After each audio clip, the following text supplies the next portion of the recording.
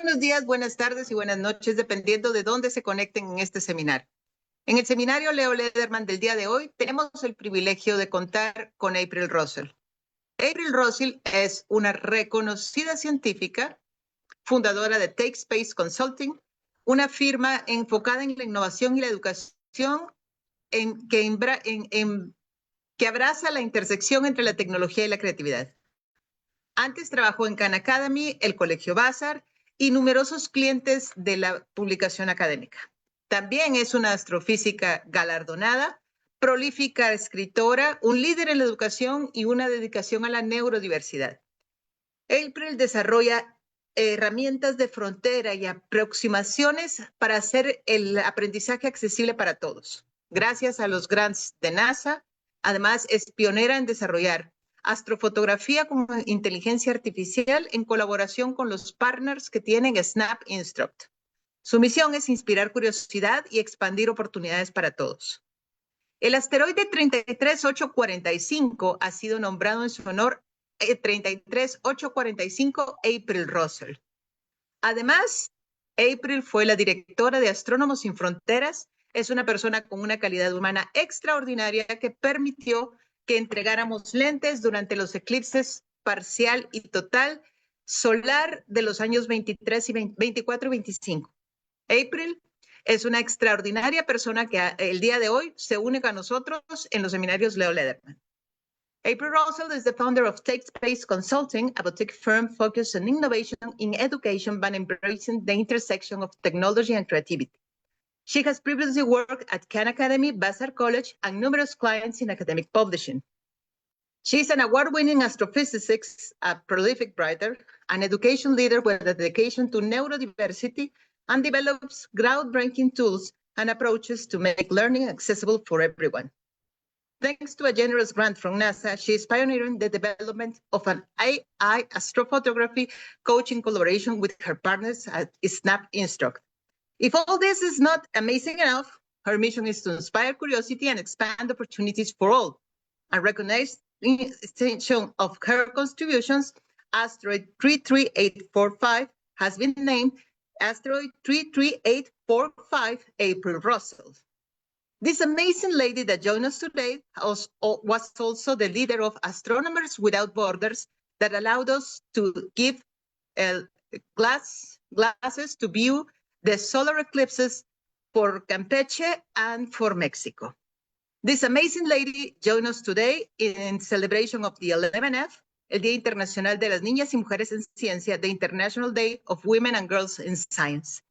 Thank you, April, for joining us, and I'm sure the floor is yours and we'll be amazed as usual.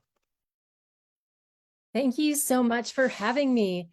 The title of this talk is From One Little Star to Many, Research Outreach in Democratizing Astronomy Communication. It's about research, yes.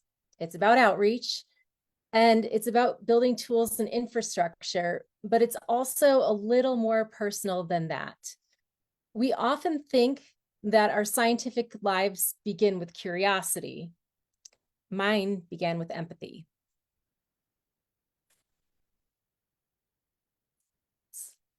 There we go. Okay. So my first astronomy lesson, it didn't come from a telescope. It came from Big Bird.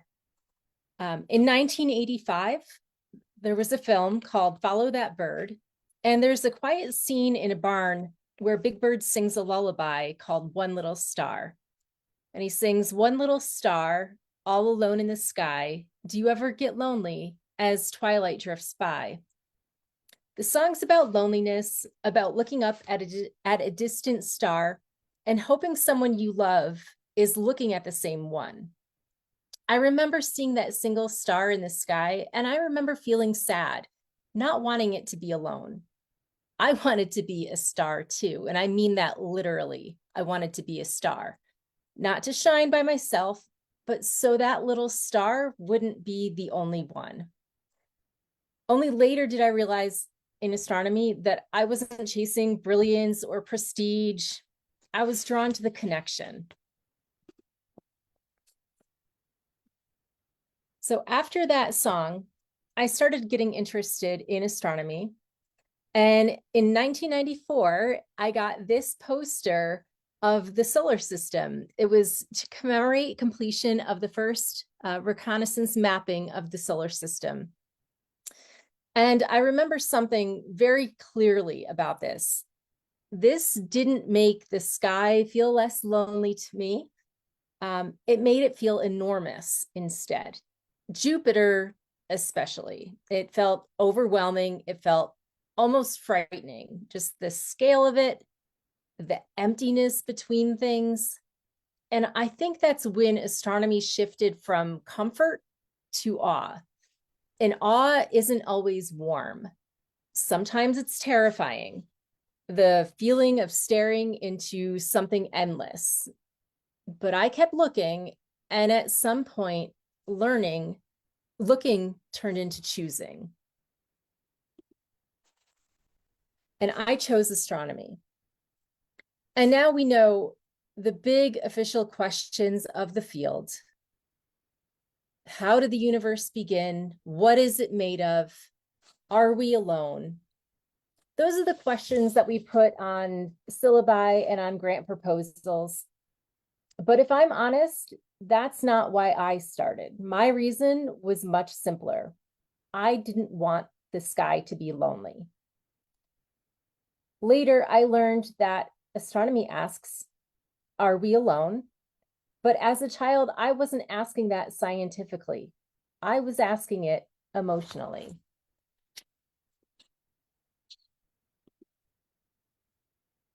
So I studied astronomy as an undergraduate and then as a graduate student.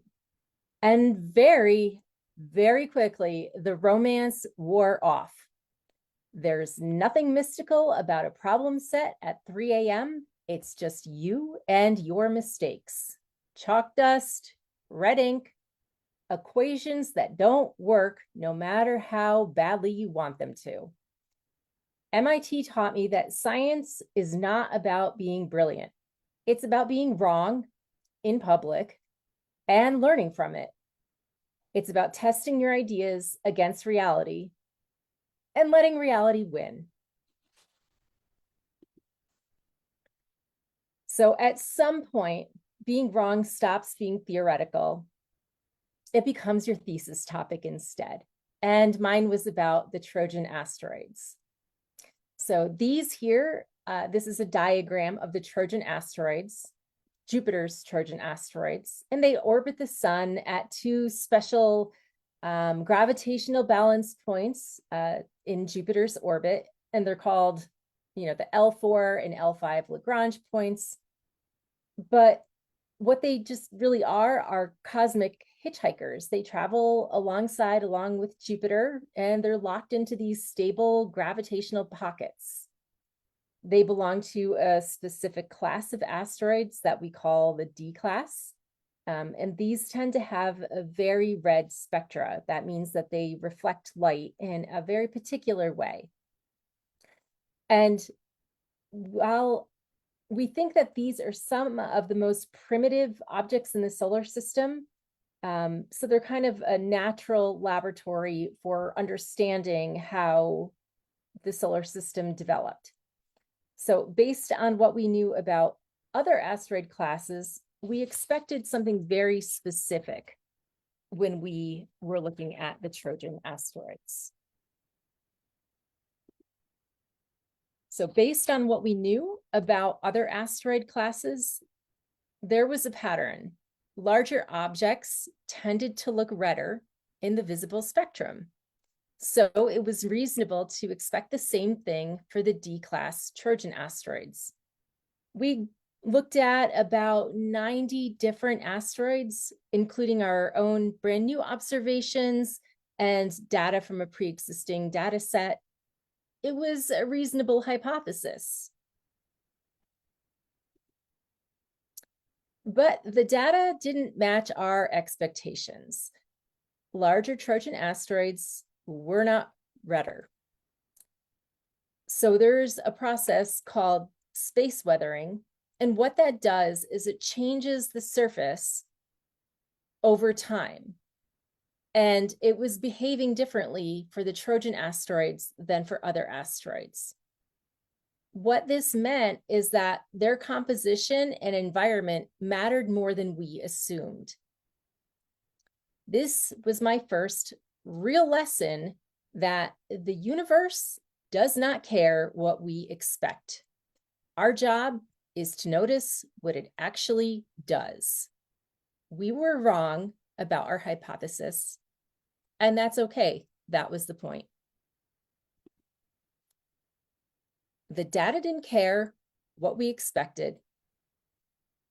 One of the most important things that science taught me wasn't a result, it was a mindset. Curiosity matters more than certainty. Evidence matters more than a good story. And humility matters because the universe is always bigger than us. So after graduate school, my path was not linear. I stepped away from research for several years. I was raising young children. I was figuring out life. And when I eventually found my way back into astronomy, I didn't return to the same place. I returned differently.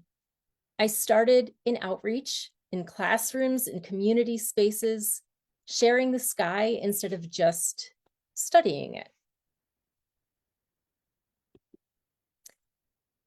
And after returning to astronomy through outreach, I moved into teaching at the college level, first at Siena College, and then I started working at Khan Academy, helping shape physics content for a global audience. I developed their AP Physics curriculum.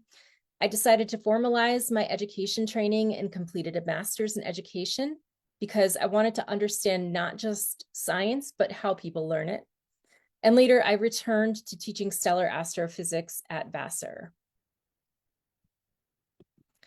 But after teaching in the classroom, I began thinking more about scale and scaling education. How do you reach beyond one room? I wrote for global platforms like National Geographic, Encyclopedia Britannica, the Department of Defense Education Agency. I worked in science publishing. I worked on some of the biggest physics textbooks in the field, Cutnell, Halliday, and Resnick, which was one of the first physics textbooks I even ever used myself. So that was pretty interesting and exciting to be working on a book that I had first used as an undergraduate many years before.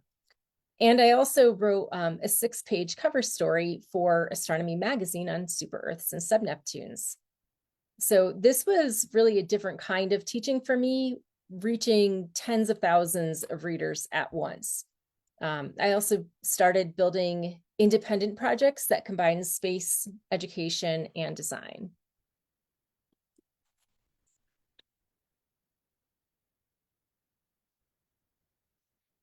So I once said that I wanted to be a star. That's how I started in astronomy as a little girl. And I meant that literally. And years later, my graduate advisor, Rick Binzel, named an asteroid after me, 33845 April Russell.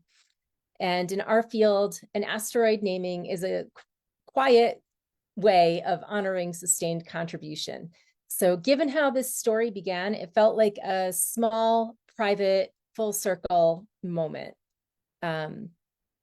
And this is a picture of the ephemeris generated by the JPL NASA.gov tool. So if you want to take a look at my asteroid for any particular day of the year or any other asteroid, you can do that there. So if connection is what drew me to astronomy, I eventually wanted to build it, and not just study it. I stepped into nonprofit leadership as the Chief Executive Officer of Astronomers Without Borders. This is a global organization focused on connecting people through astronomy, and that's where myself and the moderator, Dr. Segura, met each other. And we worked on a solar eclipse glasses project where we helped with the redistribution of solar glasses for the communities. So at that scale, I saw the power of global community, but also the limits of traditional models. Even when the interest is high, access to the field isn't automatic. At Astronomers Without Borders, we sustained our organization mainly with the One Sky telescope, which was a Celestron product. It was designed to be affordable and accessible. It had a low-cost entry point, and it's completely manual. So on paper, the barrier might be cost, but even though the cost was low, but we noticed something important. Just because people were buying the telescope didn't mean that they were using the telescope. And we saw this in our community, in our online communities. So we ended up developing an AI guided setup assistant, which was a step-by-step tool that helped people literally take their telescope out of the box and actually assemble it piece by piece. Helped you learn how to align your telescope as well. And about 1 in 3 customers actually chose to purchase access to this tool. And that told us something, that the barrier wasn't desire. It was confidence. The barrier was confidence.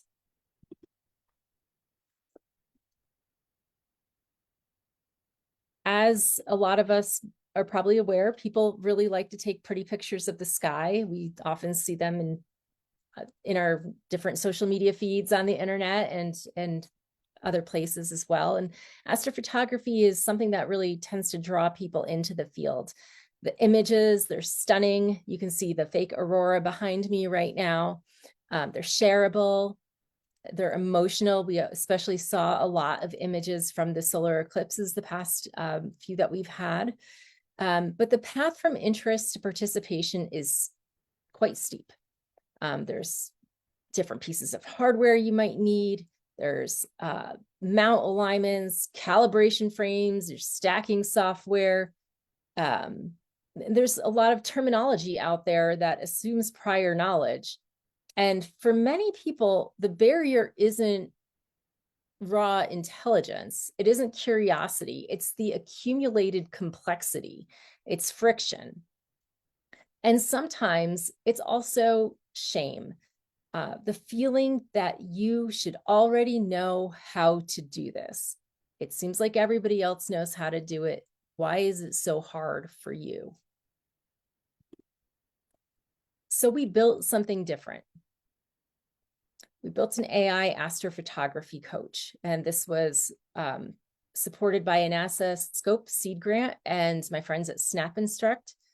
And what this coach does, it is a text-based tool that provides real-time guidance with text and visuals through planning, capture, processing. It has different smart planning tools. It helps you understand light pollution, different targets you might want to try to image. And most importantly, it creates a private space to ask questions without the embarrassment. We designed it intentionally to remove those structural barriers. You don't need to have internet access. You don't need to have an astronomy club that you can go to. You don't even need to do this at night. You can do this in the privacy of your own home at any time of the day. So it's free. It doesn't require internet access. It doesn't require a telescope. It works with an iPhone. The goal isn't automation, it's confidence.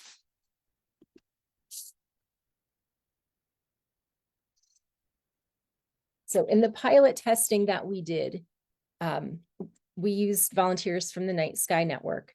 Participants rated the tool very highly, an average of 4.2 out of 5 for usefulness. But the number isn't the most important part. Participants reported increased confidence and a willingness to continue.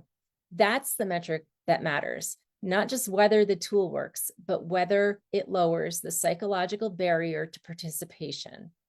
And one of the participants commented, "I felt confident trying things I never would have before." And that's exactly what we're looking for. So I presented this work originally at the Astro EDU conference in Melbourne last September. And there I was focused on the technical aspects, the design, the usability data, the pilot results. But when I was standing there giving my talk, something clicked. The friction we were addressing wasn't just about astrophotography. It was also about re-entry. It was about people who step away from science and aren't sure how to come back. It's about the quiet attrition that happens when lives are not linear.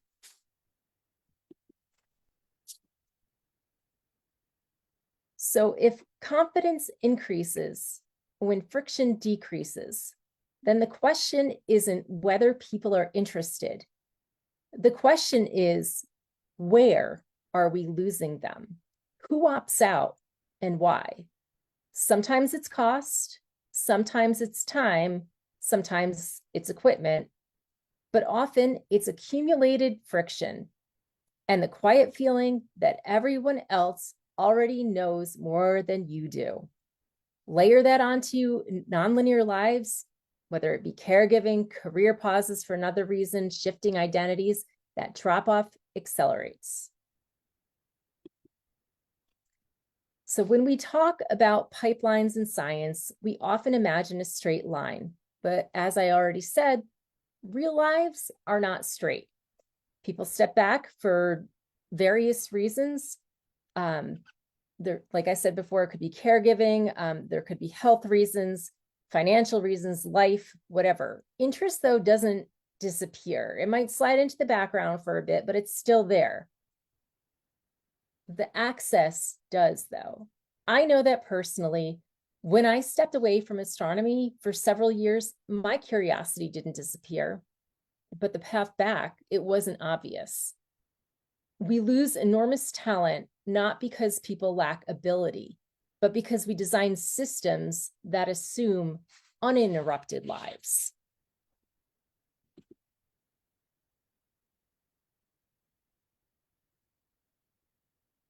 So re-entry to the field, it rarely begins with a major grant. It begins with something small, a short observing project, a community event, a lesson plan, a writing piece, a prototype.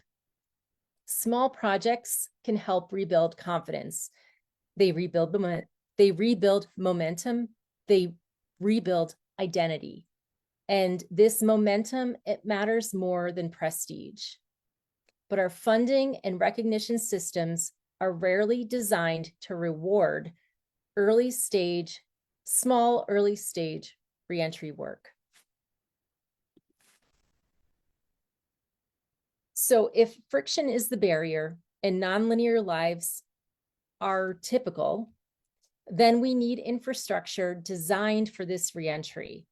And the Take Space Institute, which is a nonprofit, is my attempt to build that infrastructure. It's not another program. It's not another competition.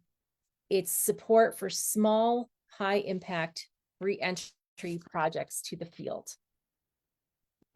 So what does that infrastructure actually look like? It's intentionally simple. Small, high impact projects, not massive initiatives, not career defining bets, just real work that someone can begin, even in the middle of a complicated life. The support could be through the community, direct fundraising, or grants.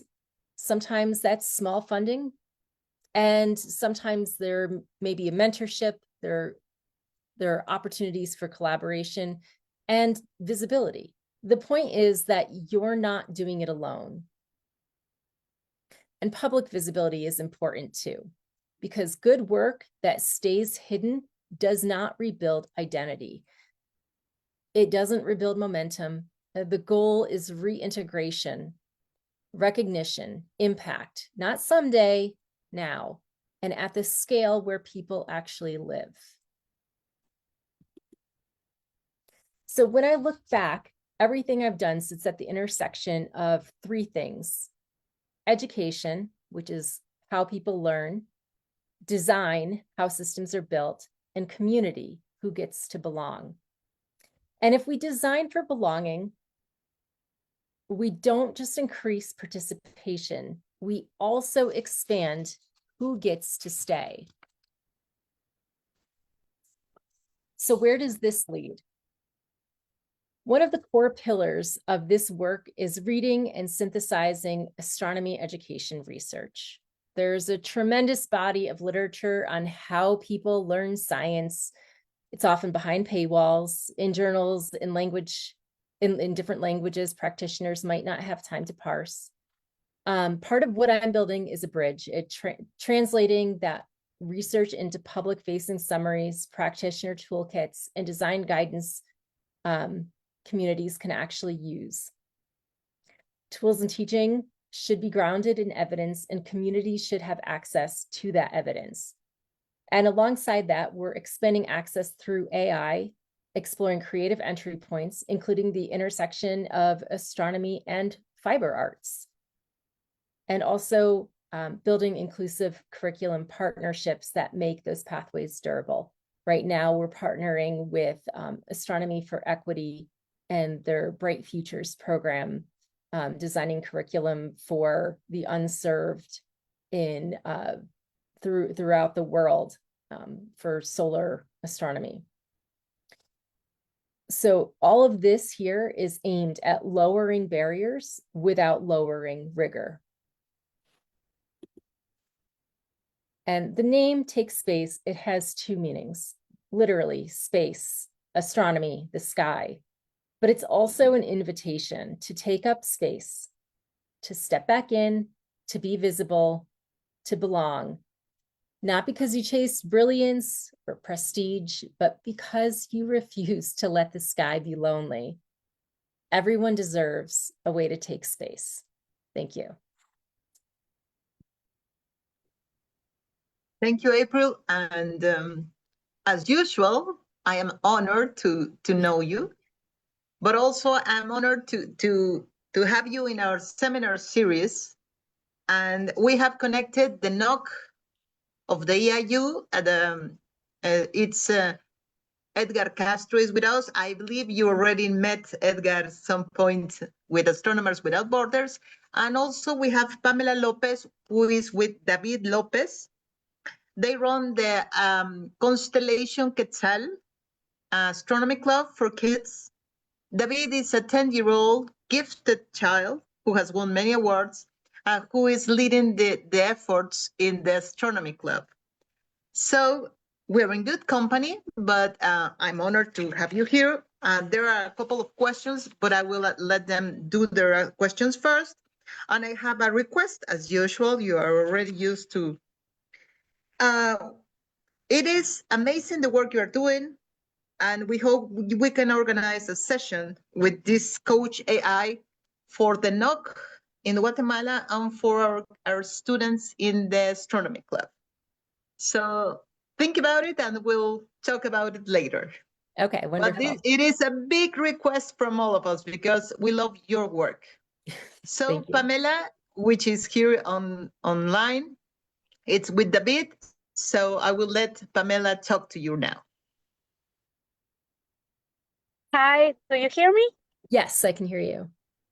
Hi, nice to meet you. First of all, I want to say thank you because this is an amazing speech about everything you do.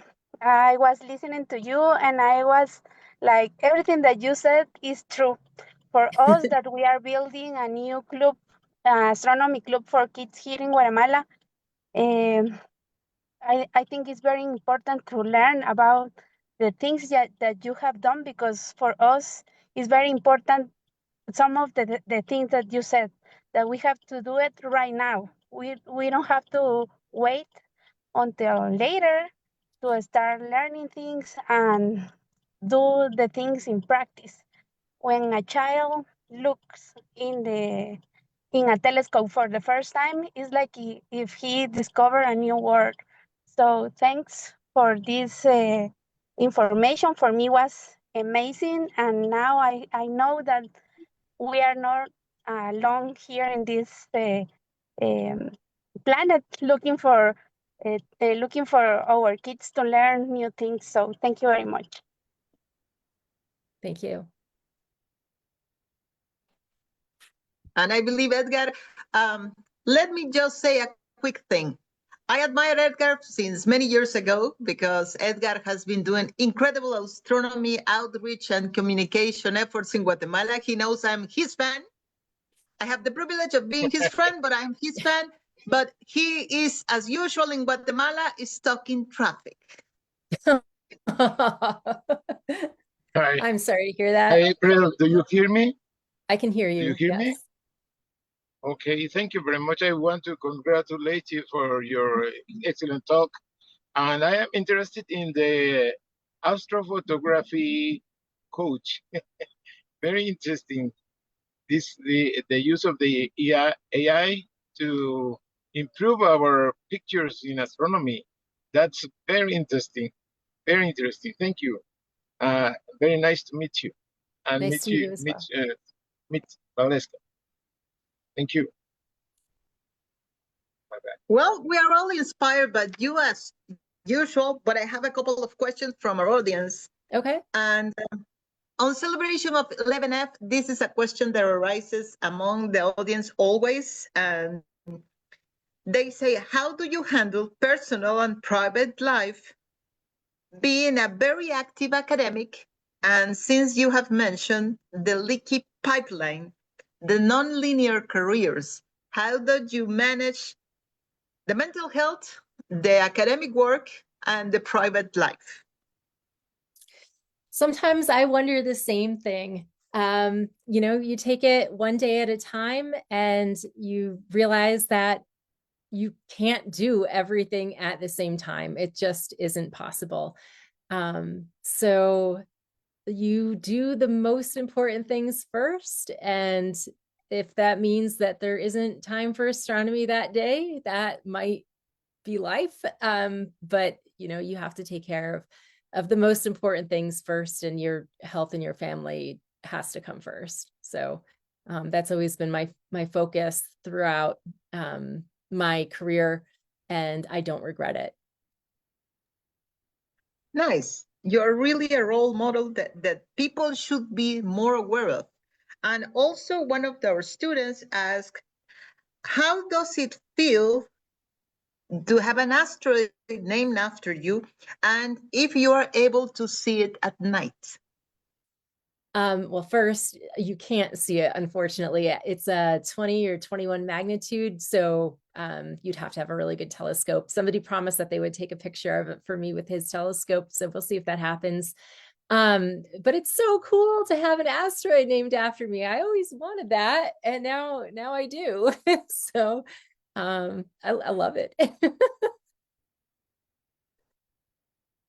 Yeah, you're amazing. One of our other students is very interested in the AI guided systems, and they're asking, and this is a commercial question, how do these compare to the sister telescopes? Since this is free access, it's very interesting, and can it be attached to normal telescopes? So this is just like a learning tool that will help you use your iPhone's camera to take pictures of the sky. It's not something that takes pictures by itself. It can help you also interface with your OneSky telescope, but it's all manual. So it's not really competing with these other things that exist. It's just like a learning platform more than anything. Nice. Awesome.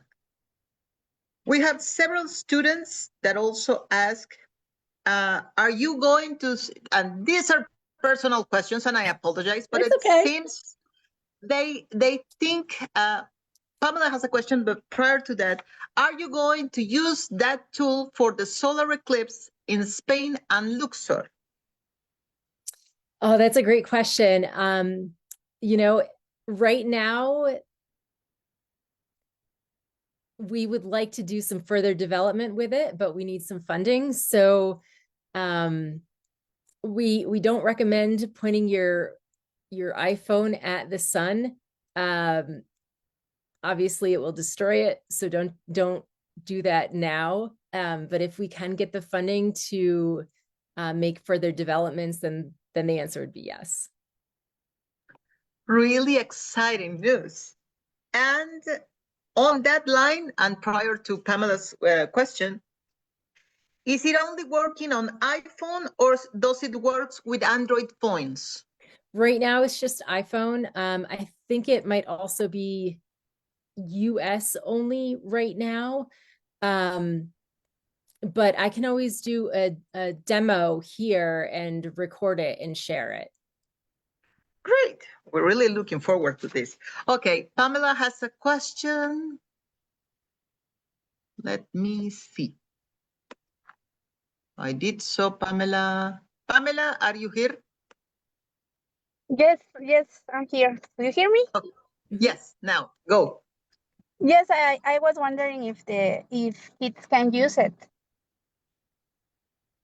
Oh, if kids can use it. Oh, absolutely. Kids can use it. It's very simple. As if they can text, they can use it. Well, thank you very much. I hope that someday we can do it here at Guatemala. So I if hope you so have too. that version, please share it with us. Absolutely. Another question that comes from the audience, they are asking, how was your experience at MIT? Since sometimes in Guatemala it looks so far away.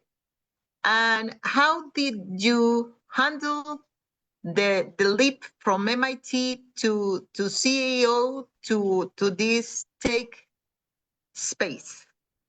Well, that spans several decades. So one small step at a time is how I handled it. Just like I said, how I balance things, just one thing at a time. It's really easy to feel very overwhelmed, just like I did when I was little and I saw the poster and the picture of Jupiter on the poster. Feels enormous. It is enormous. And the only way to get through is taking it one day at a time. Nice. I was amazed personally by the Big Bird story. I'm a big fan of Sesame Street, and one of our audience is asking, have you ever collaborated with kids shows like the Muppets, Sesame Street, PBS? Oh, that would be so much fun. I have not been approached about that, but I would do it in a heartbeat. That would be the highlight of my life. Forget the asteroid. That would be the highlight of my life. I would love that so much. Oh, I'm already a big fan of yours. So when you go to Sesame Street, please take us all in.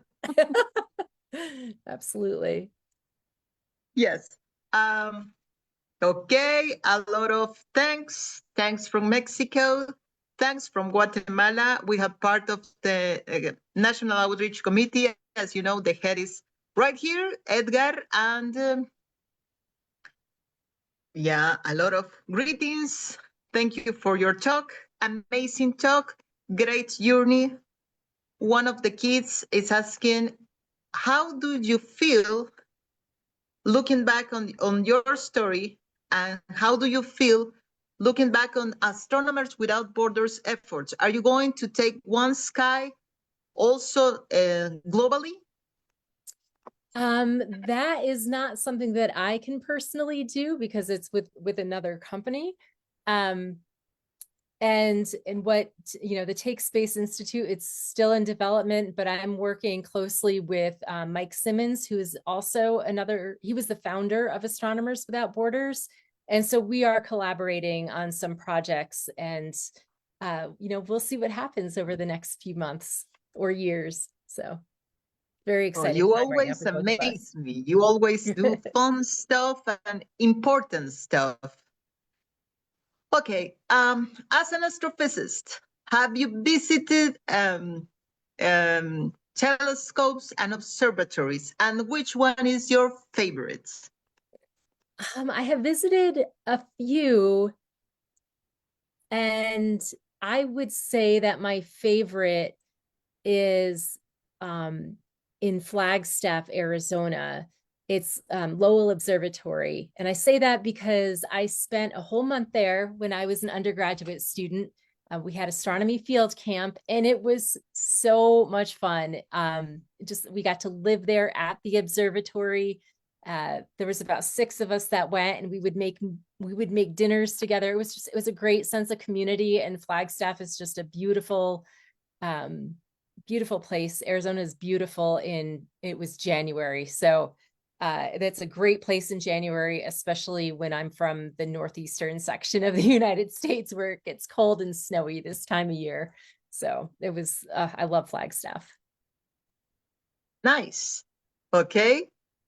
One of our audience is also asking, what is your take on Artemis 2?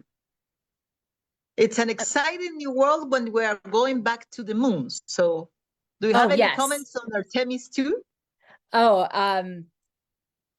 It's going to be so cool. I know that the launch was delayed, and I don't remember if it's rescheduled yet or if it's not until after the end of this month, but it's going to be great that we're going back to the moon, and this is the farthest, people have been in 50 plus years.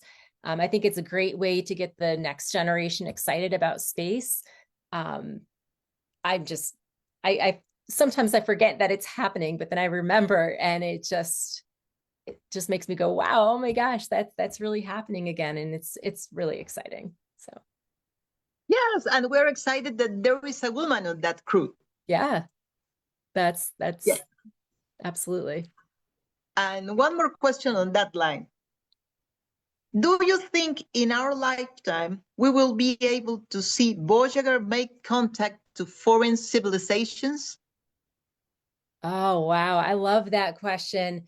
When I was, one of my first astronomy classes that I took, they framed the class around the question, do aliens exist? And we learned all about the Drake equation and the different parts that, the different factors in the Drake equation. And this was back in the 1990s. So it's before we knew about all these different exoplanets that existed. We knew that there probably was some, but we had just started discovering a few, and we just didn't know. And now we know that there are more than we can count out there, right? And so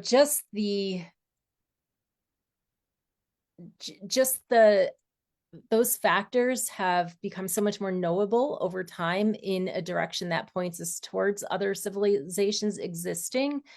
That, I can't say yes, things are going to happen in our lifetime.